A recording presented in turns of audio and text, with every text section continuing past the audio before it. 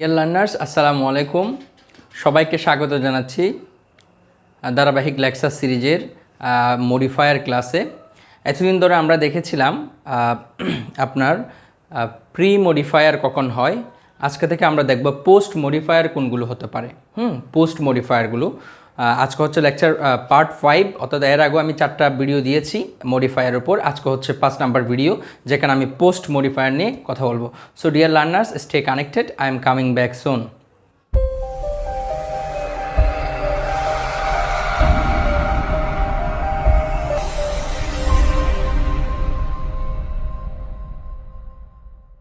Dear learners, আমরা আলোচনায় চলে যাই।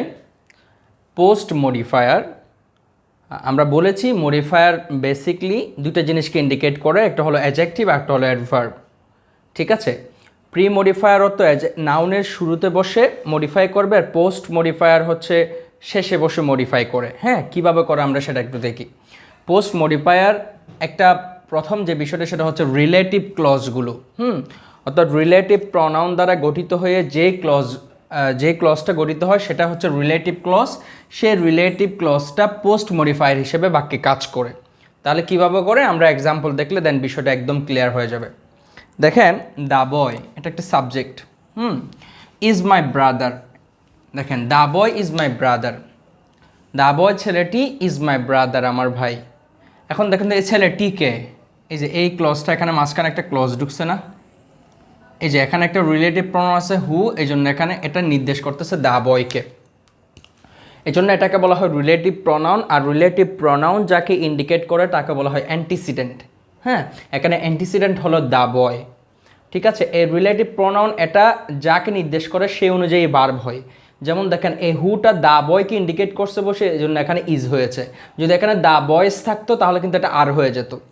অর্থাৎ হুর উপর ডিপেন্ড করে না ভার্ব কোনটা হবে, ডিপেন্ড করে হচ্ছে তার সাবজেক্টের উপর। এই হু অথবা রিলেটিভ প্রনাউনগুলো যাকে ইন্ডিকেট করবে সেই অ্যান্টিসিডেন্ট অনুযায়ী ভার্ব হবে। এই যে এটা সিঙ্গুলার হলে এ ভার্বটা সিঙ্গুলার, এটা প্লোরাল হলে এ ভার্বটা প্লোরাল। হ্যাঁ, এটা হুর উপর ইন্ডিকেট করবে না, হু ইজ হবে না আর হবে, সেটা হু ডিসাইড করে না, ডিসাইড করে তার অ্যান্টিসিডেন্ট। যা হোক, এটা ভিন্ন কথা, তারপর আমি বলে দিলাম। এই যে হু ইজ প্লেয়িং ক্রিকেট, যে ক্রিকেট খেলছে, এই কথাটা কার সম্পর্কে বলছে? দ্য বয় সম্পর্কে। মূলত এটা একটা রিলেটিভ ক্লজ। আবার এটা অপর নাম হচ্ছে, এটা হচ্ছে একটা অ্যাডজেক্টিভ ক্লজ, যেহেতু এটা নাউন বা প্রনাউনকে মডিফাই করছে। তাহলে অ্যাডজেক্টিভ ক্লজ হোক কিংবা রিলেটিভ ক্লজ, সে রিলেটিভ ক্লজটা পোস্ট মডিফায়ার হিসেবে কাজ করে। তাহলে দেখেন, এই যে দ্য বয়কে মডিফাই করছে এই ক্লজটা, দ্য বয়টাকে বলছে হু ইজ প্লেয়িং ক্রিকেট, যে ক্রিকেট খেলছে। হ্যাঁ, এই যে ক্রিকেট খেলছে এই কথাটা কিন্তু দ্য বয় সম্পর্কে বলছে, এবং এটা দ্য বয়ের পরে বসছে, এই জন্য এটাকে বলা হয় পোস্ট মডিফায়ার। অর্থাৎ এই হু ইজ প্লেয়িং ক্রিকেট এটা একটা মডিফায়ার, যে মডিফায়ারটা দ্য বয়কে ইন্ডিকেট করছে, এই জন্য এটা একটা রিলেটিভ ক্লজ, এটা একটা রিলেটিভ প্রনাউন আছে। সো রিলেটিভ ক্লজ হিসেবে যদি কোনো একটা সেন্টেন্স বাক্যে বসে, সেটা সাধারণত পোস্ট মডিফায়ার হিসেবে কাজ করে। তাহলে the boy who is playing cricket, ছেলেটি হু ইজ প্লেয়িং ক্রিকেট, যে ক্রিকেট খেলছে, ইজ মাই ব্রাদার, সে হচ্ছে আমার ভাই। হ্যাঁ, তাহলে এই রিলেটিভ ক্লজটা কিন্তু দ্য বয়কে মডিফাই করছে। যেহেতু এটা দ্য বয়ের পরে বসে মডিফাই করছে, এই জন্য এটাকে বলা হচ্ছে আপনার পোস্ট মডিফায়ার, নাম্বার 1। সেকেন্ড নাম্বারটা দেখেন, আই থিঙ্ক, আমার মনে হয়, ইট ওয়াজ ইউর মাদার, এটি ছিল তোমার আম্মু, হু ফোন্ড মি, যে আমাকে কল করেছিল। এই যে দেখেন তো, হু ফোন্ড মি, এটা একটা ক্লজ, যে ক্লজটা মডিফাই করছে, এই ক্লজটা মডিফাই করছে এই যে দ্য মাদারকে। হ্যাঁ, এই যে আই থিঙ্ক, আমার মনে হয়, ইট ওয়াজ ইউর মাদার, এটি ছিল তোমার আম্মু। তাহলে এই আম্মু কি করেছিল, এই আম্মু সম্পর্কে কথাটা বলছে হু ফোন্ড মি, যে আমাকে কল করেছিল, হু ফোন্ড মি, যে আমাকে কল করেছিল। তাহলে এই যে এই মাদারকে মডিফাই করছে না, মাদার সম্পর্কে তো কথাটা বলছে। তাহলে মাদারটা একটা নাউন। হ্যাঁ, নাউনের পরে এই ক্লজটা বসছে, রিলেটিভ ক্লজটা, যেটা নাউনের পরে বসে আগের নাউনকে মডিফাই করছে। তাহলে এটাই তো পোস্ট মডিফায়ার। এটা একটা রিলেটিভ ক্লজ যেটা এই মাদারকে মডিফাই করার কারণে একটা পোস্ট মডিফায়ার।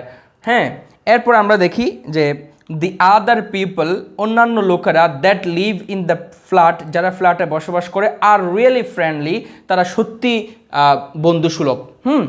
এখন দেখেন, এই যে দি আদার পিপল, এটাই হচ্ছে সাবজেক্ট। হ্যাঁ, আর রিয়েলি ফ্রেন্ডলি, তারা সত্যি বন্ধুসুলভ। এই যে that live in the flat, এটাই হচ্ছে আসলে একটা ক্লজ। ঠিক আছে, এটা হচ্ছে একটা ক্লজ। এখন প্রশ্ন হলো যে এটা কিভাবে ক্লজ হয়। এই যে এখানে একটা দ্যাট আছে না, এই দ্যাটটাই হচ্ছে আসলে এখানে ক্লজ মার্কার হিসেবে কাজ করেছে, মানে রিলেটিভ প্রোনাউন হিসেবে কাজ করেছে। এখন দেখেন এই দ্যাটটা কিন্তু এই পিপলকে ইন্ডিকেট করছে। তাহলে কিভাবে করছে, কিভাবে করছে ইন্ডিকেট? আপনি বলতে পারেন যে ভাই দ্যাটটা তো একটা সিঙ্গুলার, এটা কিভাবে প্লুরাল হয়? না, দ্যাট রিলেটিভ প্রোনাউন হিসেবে বসলে সেটা সিঙ্গুলার এবং প্লুরাল উভয় নাউনকে ইন্ডিকেট করে। যেমন এটা এই দ্যাট দ্বারা কিন্তু এখন পিপলকে ইন্ডিকেট করা হচ্ছে, এই জন্য ভার্বটা কিন্তু লিভ হয়েছে। যদি এখানে দ্য আদার বয় থাকতো বা দি আদার ম্যান থাকতো তাহলে এটা কিন্তু লিভস হয়ে যেত। হ্যাঁ, এটা সাবজেক্ট, এটা প্লোরাল, এই জন্য এই ভার্বটা প্লোরাল। দেখেন লিভ, এই লিভ ভার্বটা কিন্তু এখন প্লোরাল, কারণ এ ভার্বের শেষে এস বাই এস যুক্ত নেই। ভার্বের শেষে এস বাই এস যুক্ত করলে ভার্বটা সিঙ্গুলার হয়ে যায়, কিন্তু এখন তো এই লিভ কেন হয়েছে? কারণ হচ্ছে দি আদার পিপল সাবজেক্টের জন্য। তাহলে এই ড্যাট দ্বারা কিন্তু এখন সিঙ্গুলারকে ইন্ডিকেট করা হচ্ছে, প্লোরালকে ইন্ডিকেট করা হচ্ছে। যদি এখানে দি আদার ম্যান থাকতো, ধরেন আমি এই পিপলটা তুলে দিলাম, হ্যাঁ, তুলে আমি দিলাম এখানে দি আদার ম্যান সাবজেক্ট দিলাম, ঠিক আছে, দি আদার ম্যান, তখন কিন্তু দ্যাট দ্বারা সিঙ্গুলারকে ইন্ডিকেট করছে, তখন এটা লিভস হয়ে যেত। হ্যাঁ, লিভস হয়ে যেত এবং এখানে ইজ হয়ে যেত, এই আরটা ইজ হয়ে যেত, ঠিক আছে, ভার্বটা সিঙ্গুলার হয়ে যেত। তাহলে আমি বলতে চাচ্ছি দি আদার পিপল, এখানে তো পিপলই ছিল, আমরা পিপল করে দিই, দি আদার পিপল, অন্য লোকেরা, বাকি লোকেরা বা অন্যান্য লোকেরা, the other people that lives in the flat, যারা ফ্ল্যাটে বসবাস করে। তাহলে যারা ফ্ল্যাটে বসবাস করে, এটা এখন কার সম্পর্কে বলা হচ্ছে? That live in the flat, এই ক্লজটা, এই রিলেটিভ ক্লজটা কাকে ইন্ডিকেট করছে? এই যে পিপলকে। তাহলে যেহেতু এটা পিপলকে ইন্ডিকেট করছে, তার মানে এটা একটা ক্লজ যেটা পিপলের পরে বসে আগের পিপল সাবজেক্টটিকে ইন্ডিকেট করছে, মডিফাই করছে। তাহলে এটার নামই হচ্ছে একটা পোস্ট মডিফায়ার, ঠিক আছে। এই যে that live in the flat, এটা একটা রিলেটিভ ক্লজ যেটা পোস্ট মডিফায়ার হিসেবে বাক্যে ব্যবহার হয়েছে, ঠিক আছে। আর রিয়েলি ফ্রেন্ডলি, তারা খুবই সত্যি বন্ধুসুলভ। তাহলে দেখেন এই সেন্টেন্সের মধ্যে, এই তিনটে সেন্টেন্সের মাধ্যমে আমি বোঝানোর চেষ্টা করেছি পোস্ট মডিফায়ার, রিলেটিভ ক্লজগুলো পোস্ট মডিফায়ার হিসেবে বাক্যে বসে, যেটা নাউন বা প্রনাউনের পরে বসে আগের নাউন বা প্রনাউনকে বা অ্যান্টিসিডেন্টকে মডিফাই করবে, এবং এটা বাক্যের পর, এটা নাউন বা প্রনাউনের পরে বসে মডিফাই করে বলে এটার নাম হচ্ছে পোস্ট মডিফায়ার। আশা করি আপনারা বুঝতে পেরেছেন। এখন আমরা আরও দেখব যে পোস্ট মডিফায়ার আরও কী কী হতে পারে। ডিয়ার লার্নার্স, প্রিপোজিশনাল ফ্রেজগুলো আপনার পোস্ট মডিফায়ার হিসেবে বাক্যে ব্যবহার হয়।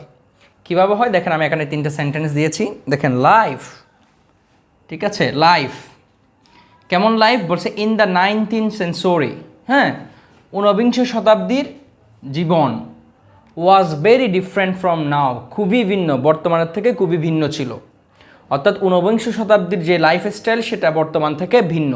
তাহলে এই ইন দ্য 19th century, এই কথাটা কার সম্পর্কে বলা হচ্ছে? এটা কার সম্পর্কে বলা হচ্ছে? এটা লাইফ সম্পর্কে বলা হচ্ছে। বলছে life in the 19th century, কোন সময়ের জীবন? ঊনবিংশ শতাব্দীর জীবন।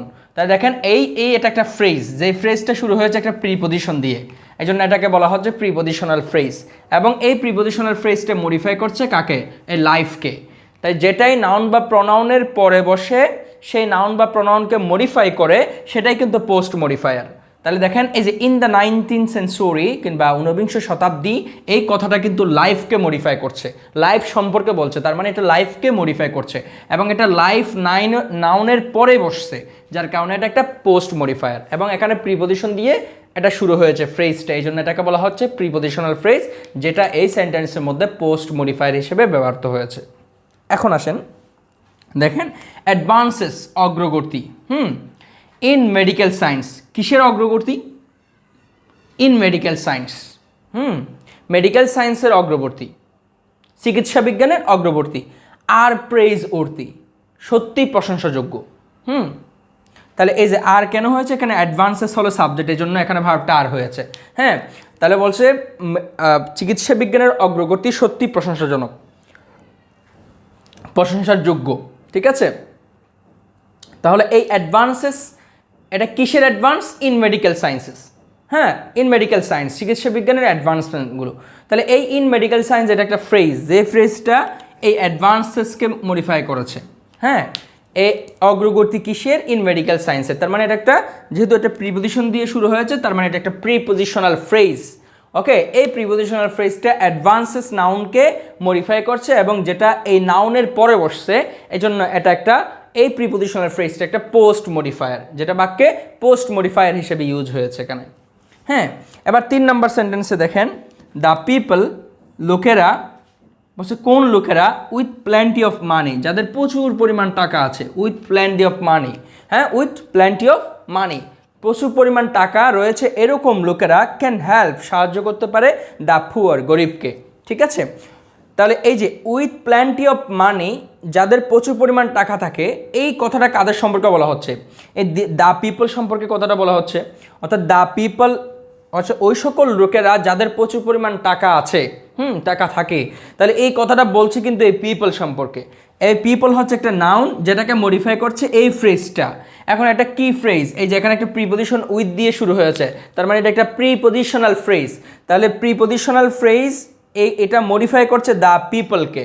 পিপল হচ্ছে নাউন এবং এটা এর পরে বসে মডিফাই করছে, এই জন্য এই প্রিপজিশনাল ফ্রেজটা একটা পোস্ট মডিফায়ার।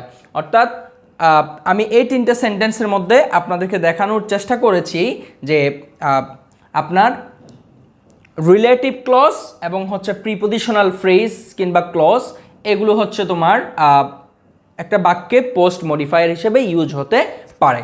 আজকের লেকচারে আমি আজকের পার্টের মধ্যে আমি এতটুকুই বোঝালাম। পরবর্তীতে আমি আরও কি সেন্টেন্স পোস্ট মডিফায়ার হতে পারে, কি ওয়ার্ড পোস্ট মডিফায়ার হিসেবে ব্যবহার হতে পারে, সে সকল বিষয় নিয়ে আবারও আপনাদের সামনে উপস্থিত হব। পরবর্তী পার্টগুলো দেখার আমন্ত্রণ রেখে এখানেই শেষ করছি। আসসালামু আলাইকুম রহমতুল্লাহ।